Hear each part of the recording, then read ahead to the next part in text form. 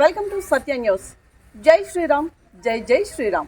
మనం ఇప్పుడు ధూపదీప నైవేద్య తెలంగాణ రాష్ట్ర వర్కింగ్ ప్రెసిడెంట్ పెన్నా మోహన్ శర్మతో కొన్ని వందల సంవత్సరాల హిందువుల కళ నెరవేరే సమయం మన రామ మందిరం గురించి ఫేస్ టు ఫేస్ అడిగి తెలుసుకుందాం. నమస్కారం సార్. ఇప్పుడు కొన్ని వందల సంవత్సరాల నుండి ఎదురు చూస్తున్న భారతీయులు అలాగే హిందువుల యొక్క కళ నెరవేరే టైం మనకిప్పుడు ఆసన్నమైంది. సో హిందువులు ఈ సెలబ్రేషన్ ఎలా చేసుకోవాలి, వాళ్ళకి మీ సలహాలు సూచనలు ఇవ్వండి. ఫస్ట్ ఆపదామపహర్తారం ధాతారం సర్వసంపదాం లోకాభిరామం శ్రీరామం. అయితే ఈరోజు రామ మందిరం గురించి ఎంతోమంది ఎన్నో మాట్లాడుకుంటున్నారు. కానీ ఈ రామ మందిరం ఇప్పుడు ఏర్పడ్డది కాదండి. ఎప్పుడో 500 సంవత్సరాల క్రితం నుంచి జరుగుతున్న పోరాటం ఆరాటం. అలాంటి రామ మందిరం ఇప్పుడు మనకు ప్రతిష్ట జరుగుతుందంటే 100 కోట్ల జనాభా ఒక కళ. రామ అని పిలుస్తూనే చాలు, రామ శబ్దం అంటేనే లోకం తరిస్తుంది, మనసు తరిస్తుంది. అలాంటి రామ మందిరము ఈ 22వ తారీఖు నాడు బాలరాముని ప్రతిష్ట జరుగుతుందంటే ప్రతి ఇంట్లో కూడా వసంతోత్సవము వేడుకలు జరుపుకోవటము చాలా సంతోషం ఉన్నది. ఈ రామ మందిరం గురించి ఎంతోమంది ఎన్నో మాట్లాడుతున్నారు. కానీ ఇలాంటి కళ 500 సంవత్సరాల క్రితం గతంలో కూడా త్రేతాయుగము, ద్వాపరయుగము, కలియుగం రాములవారు అనే వ్యక్తి ఒక మహానుభావుడు. అలాంటి రామభక్తులు ఎంతోమంది మన భారతదేశంలో 100 కోట్ల జనాభా ప్రతిరోజు రామనామము జపిస్తూ ఉన్నారు. ఈరోజు ఈ 22వ తారీఖున ప్రతి ఇంట్లో కూడా దసరా మనం ఏ విధంగా జరుపుకుంటాము, సంక్రాంతి ఏ విధంగా జరుపుకుంటామో ఈ ప్రతిష్ట మహోత్సవం కూడా ఇల్లు అందరూ అలంకరించుకొని, దేవాలయాలు మొత్తం అలంకరించుకొని చేయాలని చెప్పి ఈ సత్య న్యూస్ ద్వారా నేను ఈ యొక్క జనాలను కూడా కోరుతున్నాండి భక్తులకు. ఎందుకంటే ప్రతిరోజు అదే 22వ తారీఖు నాడు ఒకటో రోజు కాదు, ప్రతిరోజు కూడా రామజపం చేపించితే ఇల్లు ఆరోగ్యాలతోటి అష్టైశ్వర్యాలతోటి సమృద్ధిగా ఉంటుందని చెప్పి కోరడం జరుగుతుంది.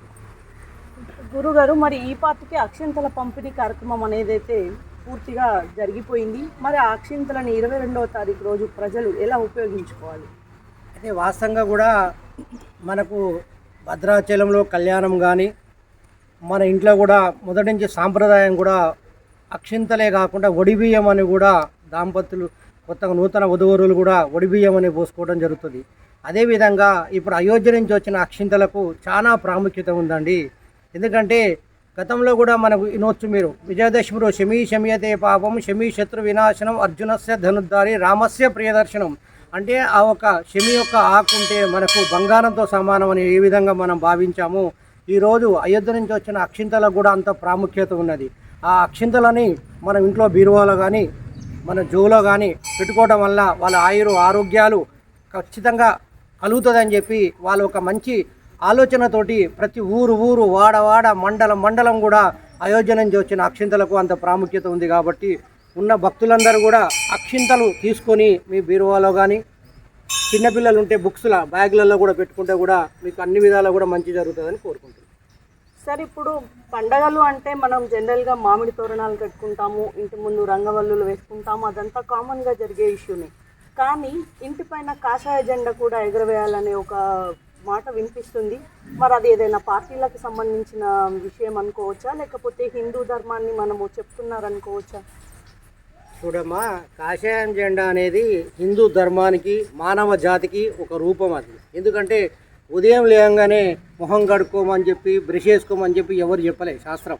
అదేవిధంగా ఒక జెండా కాషాయం జెండా బాధంగానే ఒక పార్టీకో ఒక సింబాలికో అనే కాదు, అది మన ధర్మం, మన ఆచారం. ఉదయం లేవంగానే కూడా మనం ఉదయం ఏం చేస్తాము, లేవంగానే కూడా మొహం కడుక్కోవటాలు ఈ విధంగా జరుగుతుంటుంది. ఇంటి ముందర ఊక్కోవటాలు ఈ విధంగా ఏ విధంగా ఉంటుందో భారత జాతి, భారత గౌరవించబడ్డ ప్రతి ఒక్క వ్యక్తి ఇంటి మీద కాషాయ జెండా పెట్టుకోవాలండి. సార్, ఇప్పుడు గుళ్ళు శుభ్రం చేసే కార్యక్రమం ఒకటి పెట్టుకున్నారు కదా, మరి అది ఎలక్షన్స్ అంటే అనుకోవచ్చా, లేకపోతే వాళ్ళు భక్తితోనే ఇదంతా చేస్తున్నారు అనుకోవచ్చా? ఒకవేళ అదే నిజమైతే మరి ఇన్ని సంవత్సరాల నుంచి కూడా ఉన్నాయి కదా గుళ్ళు, మరి ఎప్పుడు దానికి స్పెషల్గా ఆ ప్రోగ్రామ్ అంటూ ఎందుకు పెట్టుకోలేదు? అంటే ప్రతిరోజు కూడా దేవాలయము శుచిగా చేయటము, పూజ చేసుకోవటము ఆచారమే.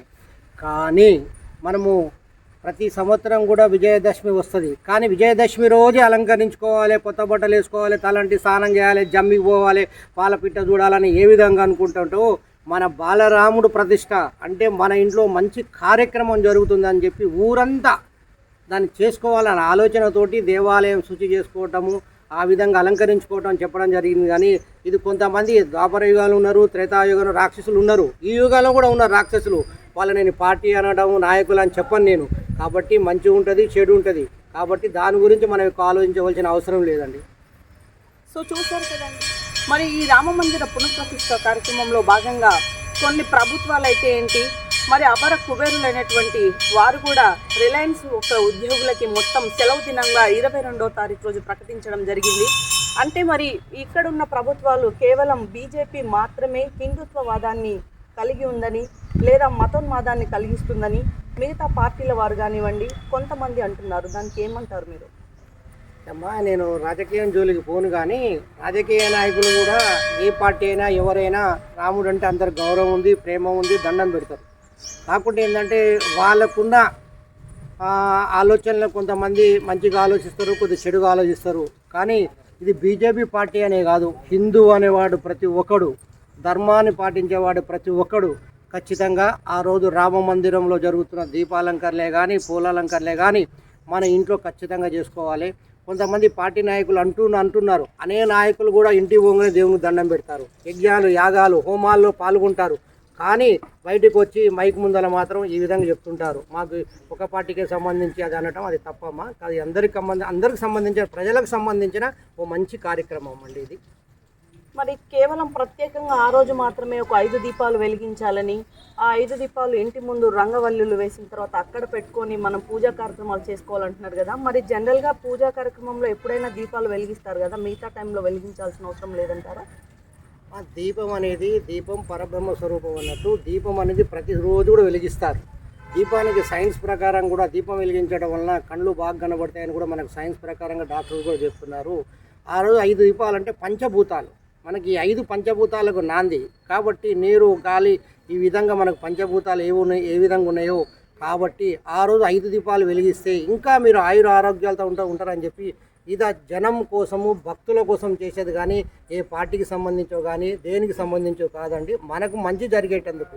ఎందుకంటే మీరు ఒక 5 దీపాలు వెలిగిస్తే ఆ రాములవారి బాలరామునికి అయోధ్యలో పెట్టినంత విలువ, పంచభూతాలతో మనిషి నడుస్తున్నాడు కాబట్టి మీరు ఒక 5 దీపాలు పెట్టమని చెప్పి అక్కడ ఉన్న పండితులు నిర్ణయించారు. అది మాత్రం వాస్తవం అండి. తప్పనిసరిగా 22వ తారీఖు నాడు ఖచ్చితంగా మీరు ఆ 5 దీపాలు వెలిగించగలరు.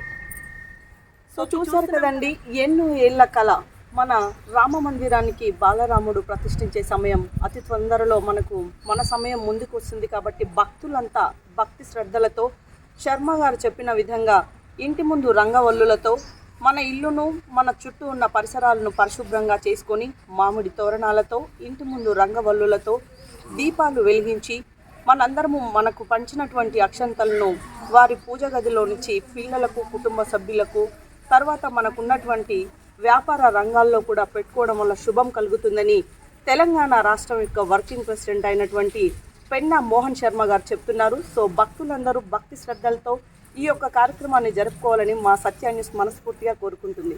Over to studio.